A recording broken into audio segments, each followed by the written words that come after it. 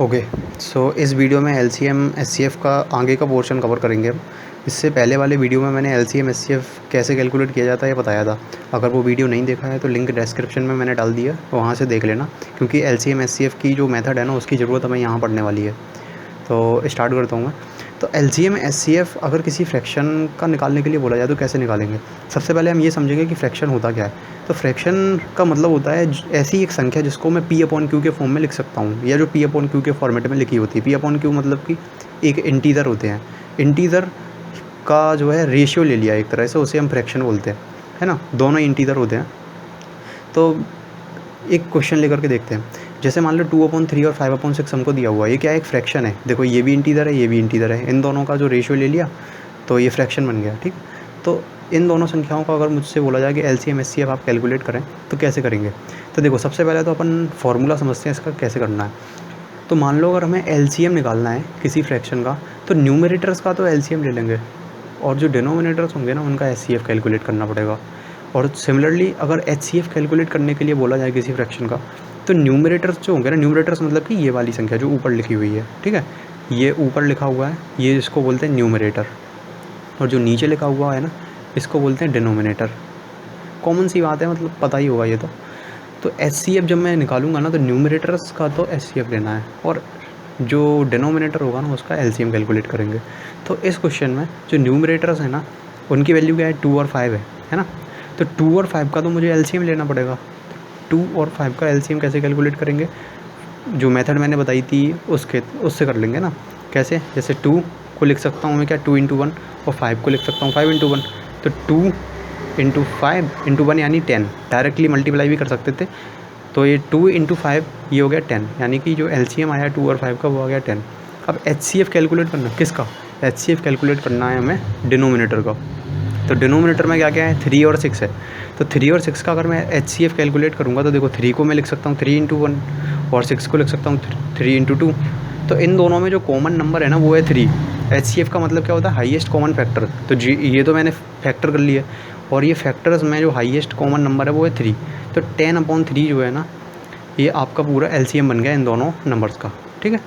अब सिमिलरली मुझे मान लो एचसीएफ कैलकुलेट करना है, तो एचसीएफ कैलकुलेट करने का फॉर्मूला क्या होता है, न्यूमरेटर्स का तो ले लूँगा मैं एचसीएफ, और डिनोमिनेटर का ले लूँगा मैं एलसीएम, ठीक है। तो न्यूमरेटर क्या है 2 और 5, 2 और 5 का मुझे लेना है एचसीएफ। एचसीएफ मतलब हाईएस्ट कॉमन फैक्टर। तो जब मैंने इनका फैक्टर किया था तो इसमें सिर्फ 1 को छोड़ करके और कोई भी नंबर ऐसा नहीं है जो कॉमन है, तो इसलिए जो एचसीएफ होगा ना 2 और 5 का वो 1 हो जाएगा। सिमिलरली अगर मुझे एलसीएम कैलकुलेट करना है 3 और 6 का, 3 और 6 का एलसीएम, तो 3 × 1, 3 × 2। अब इसमें 3 कॉमन है तो एक बार लिख लिया इसको। 2 ये कॉमन नहीं है दोनों में, लेकिन फिर भी इसको एक बार तो लिखना ही पड़ेगा, और ये 1 है। तो 3 × 6, 3 × 2 सॉरी, तो 3 × 2 यानी कि 6, यानी 1/6 जो है ना इन दोनों नंबर्स का एचसीएफ है। तो ये मेथड है एलसीएम एचसीएफ कैलकुलेट करने की, और इसी के साथ एलसीएम एचसीएफ की जो मेथड्स थी वो सारी ख़त्म हो जाती हैं। अब हम 1-2 क्वेश्चन देखते हैं। देखो ये क्वेश्चन है, तो क्वेश्चन क्या कह रहा है, the LCM of 2 numbers is 4 times their HCF, है ना। तो लेट सपोज एलसीएम मुझे नहीं पता है तो इसकी वैल्यू मैंने एल मान ली, और एचसीएफ भी मुझे नहीं पता है तो मैंने मान लिया कि एचसीएफ 2 नंबर्स का एच है। तो क्वेश्चन के अकॉर्डिंग क्या है कि एलसीएम की जो वैल्यू है ना वो 4 टाइम्स है एचसीएफ के, यानी LCM L is equal to 4 times of H. मान लिया ये क्वेश्चन नंबर 1 है। आगे क्या कह रहा है क्वेश्चन कि the sum of LCM and HCF, यानी एल और एच का जो समेशन है ना उसकी वैल्यू 125 के बराबर आ रही है, ठीक है। तो इसको क्वेश्चन नंबर 2 मान लिया। अब एक बात मुझे बताओ, जैसे 5 और 15 ये 2 नंबर्स हैं, इन दोनों का मैंने फैक्टर किया 5 × 1, 5 × 3, तो 5 इन दोनों में कॉमन है, यानी कि इन दोनों नंबर्स का जो एचसीएफ है ना वो 5 के बराबर है। अब 5 के बराबर है और मैं किन्हीं भी नंबर्स को इस तरह से लिख सकता हूँ ना फैक्टर करके, तो जो एचसीएफ ये 5 आया है, तो नंबर जो है ना मैंने 5 × 3 और 5 × 1 के फॉर्म में लिखा है। अगर मैं इन दोनों का एलसीएम कैलकुलेट करूँ तो कैसे आएगा एलसीएम, एलसीएम मतलब कि एचसीएफ इंटू ये जो बचे हुए नंबर्स हैं 1 × 3, यानी कि इन दोनों का जो एलसीएम होगा ना 5 और 15 का वो कितना है, 15 है। कैसे कैलकुलेट किया, एचसीएफ और बाकी की जो बचे हुए 2 नंबर्स थे उनका मल्टीप्लाई कर दिया डायरेक्टली, तो ऐसे इसका क्या हुआ एलसीएम कैलकुलेट हो गया, है ना। अब इसी तरीके का यूज करेंगे हम यहाँ। जैसे कि हमें पता है कि HCF की वैल्यू h है ना, तो इसको मैं h इंटू ए और h इंटू बी लिख सकता हूँ ना नंबर्स को। जो नंबर्स हैं अगर मुझे HCF उनका मालूम है तो मैं h इंटू ए और h इंटू बी करके उनको ले सकता हूँ। अब क्वेश्चन में क्या बोला गया है कि if one of the number is 100, यानी कि इन दोनों में से किसी एक नंबर को 100 हमको कंसिडर करना है, वो गिवन है क्वेश्चन में। तो लेट सपोज कि एच ए की वैल्यू 100 है, तो यहाँ से ए की वैल्यू 100 अपॉन एच आ जाएगी। मान लो ये इक्वेशन नंबर 3 है। अब यहाँ ये दो इक्वेशंस हैं और दो अननोन है एल और एच, तो इनको मैं सॉल्व करूँ कैसे? एल की वैल्यू उठा करके यहाँ पुट कर देता हूँ मैं, है ना। तो जैसे ही मैंने पुट किया तो ये 5h हो गया, क्योंकि 4h plus h 5h is equal to 125। अब h की वैल्यू मैंने जब यहाँ से कैलकुलेट की तो ये 25 निकल के आ गया हमारा, है ना। अब h की वैल्यू को मैं यहाँ जैसे ही पुट करूँगा ना, तो a की वैल्यू हमें 4 मिल जाएगी, है ना। अब मुझसे क्या पूछा गया क्वेश्चन में पूछा गया है अदर नंबर इज़, तो एक नंबर तो एच ए था जो कि 100 मैंने मान लिया। अब सेकेंड नंबर है एच बी, तो ये मुझे निकालना है ना, एच और बी। तो इसके लिए मुझे एच की वैल्यू पता होनी चाहिए और बी की वैल्यू पता होनी चाहिए। तो मैंने किस किस की वैल्यू निकाल ली अभी? एच की वैल्यू मेरे पास 25 है, लेकिन बी की वैल्यू नहीं है, तो बी की वैल्यू कैसे कैलकुलेट करूँगा मैं? अब देखो, जब दो नंबर्स मेरे पास गिवन है एच ए एच बी, तो यहाँ जैसे मैंने बताया था ना कि मतलब एलसीएम कैसे कैलकुलेट करना है। एक तो HCF और बाकी की जो दो संख्याएं बच जाती हैं उनका मल्टीप्लिकेशन। तो एच ए बी है ना, वो एलसीएम होगा इन दोनों नंबर्स का।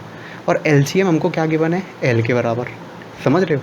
और एल की वैल्यू क्या होगी? 4 इंटू एच, और एच कितना निकाला था? 25। 4 इंटू एच यानी कि 100, यानी एल की जो वैल्यू है ना वो 100 आ गई, समझ रहे हो। तो एल की जो वैल्यू कितनी है? एच यानी 25 इंटू 4, इक्वेशन नंबर 1 से, फ्रॉम इक्वेशन 1। तो ये 100 आ गया, यानी कि एच ए बी की जो वैल्यू है वो 100 है। अब एच की वैल्यू कितनी थी? 25। ए की वैल्यू कितनी है? 4 है, और बी इज़ इक्वल टू 100, है ना। तो यहाँ से बी की वैल्यू कितनी निकली? 1, समझ गए। जब बी की वैल्यू 1 है तो जो दूसरा नंबर है वो तो एच बी था ना हमारा, तो other number will be what? Other number, उसकी जो वैल्यू थी वो तो एच बी थी, और एच कितना है? 25 है, और बी कितना निकाला मैंने? 1, यानी कि जो दूसरा नंबर है ना वो 25 है। तो ऑप्शन बी हमारा करेक्ट हो जाएगा। समझ में आया? इसी तरह से एक क्वेश्चन और देखते हैं।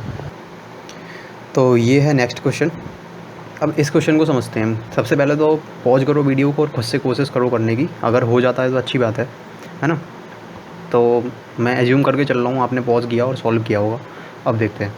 The traffic lights at 3 different roads, है ना, चेंज आफ्टर 24, 36 एंड 54 सेकेंड्स। इसके कहने का मतलब क्या है कि मान लो ये एक रोड है और यहाँ पे एक सिग्नल लगा हुआ है, एक सिग्नल यहाँ लगा है और एक यहाँ लगा हुआ है। तो ये कह रहे हैं कि किसी भी क्रॉसिंग पर जो 3 सिग्नल है ना, ये जो है 24 सेकेंड के बाद में ब्लिंक करता है, मतलब जलता है, और ये 36 सेकेंड के बाद में ब्लिंक करता है, और ये 54 सेकेंड के बाद में। मतलब कि ये एक क्लॉक है मान लो, इसमें मान लो ये 0 पर है पहले, और ये जैसे ही 24 सेकेंड्स होंगे ना तो ये जल जाएगा, और फिर यहीं इसी वैल्यू के रिस्पेक्ट में जब 36 सेकेंड होंगे ना तो ये जल जाएगा। यानी जैसे 24 सेकेंड निकले तो ये जलेगा, इसके 12 सेकेंड, इसके जलने के 12 सेकेंड बाद में ये ब्लिंक करेगा, है ना। और इसके जलने के इन दोनों के बीच का डिफरेंस कैलकुलेट करो, कितना आ रहा है?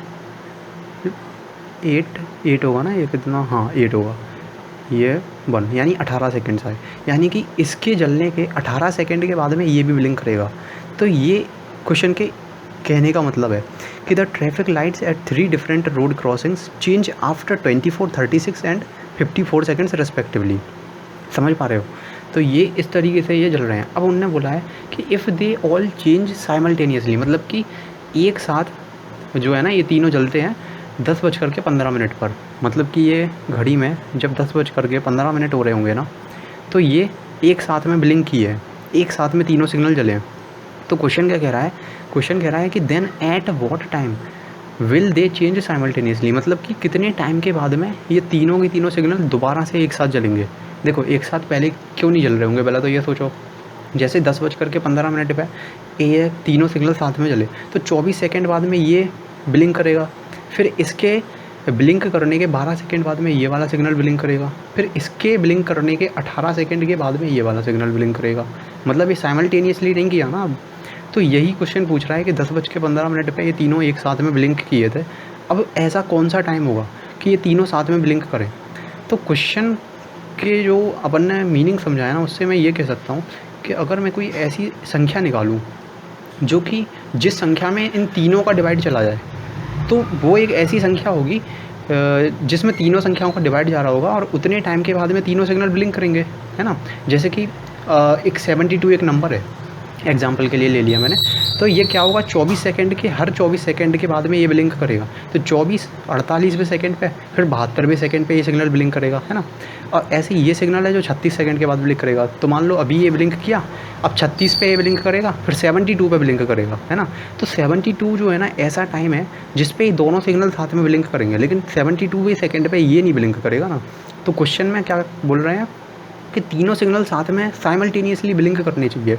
तो उसके लिए क्या होगा, इन तीनों का मैं कॉमन मल्टीपल निकालूंगा। लेकिन अब मैं चाहता हूँ कॉमन मल्टीपल नहीं, इसका लोएस्ट कॉमन मल्टीपल निकालें। लोएस्ट कॉमन मल्टीपल क्यों? क्योंकि वो मिनिमम टाइम होगा। देखो ये तो है ना, तीनों जो साथ में है ना, बार बार ब्लिंक करेंगे। जैसे मान लो कोई एक नंबर आया है 200 के बाद में ये ब्लिंक कर रहे हैं, तो 400 पर भी ब्लिंक करेंगे तीनों साथ में, 600 पर भी ब्लिंक करेंगे, है ना? तो इसलिए हम क्या है, लोएस्ट कॉमन मल्टीपल निकालेंगे इन तीनों का। तो लोएस्ट कॉमन मल्टीपल, अब तो क्वेश्चन बहुत ही आसान हो गया है। इन तीनों का एलसीएम अपन कैलकुलेट करेंगे।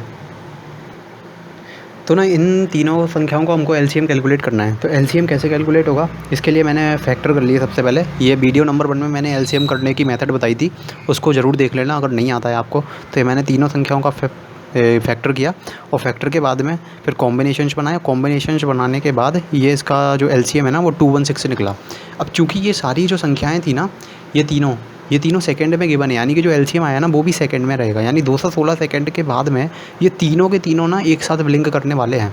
अब 216 सेकंड का मतलब क्या है, देखो इसको मैं मिनट में कन्वर्ट करूँगा। कैसे करूँगा, 60 सेकंड का 1 मिनट होता है, 60 से मैंने डिवाइड किया 60 से, तो 3 और 36 इसका रिमाइंडर, यानी 3 मिनट 36 सेकंड जो है ना, वो 216 सेकंड के बराबर है। तो इसका मतलब हुआ कि 10:15 में अगर मैं ऐड कर दूं कितना, 3 मिनट 36 सेकंड, तो ये बाकी के तीनों सिग्नल है ना, बाकी के क्या तीनों सिग्नल साथ में ब्लिंक करेंगे। तो ये मैंने इसमें ऐड कर दिया और 10, 18, 36 ये आंसर आ गया। तो आंसर हमारा बी ट्रू।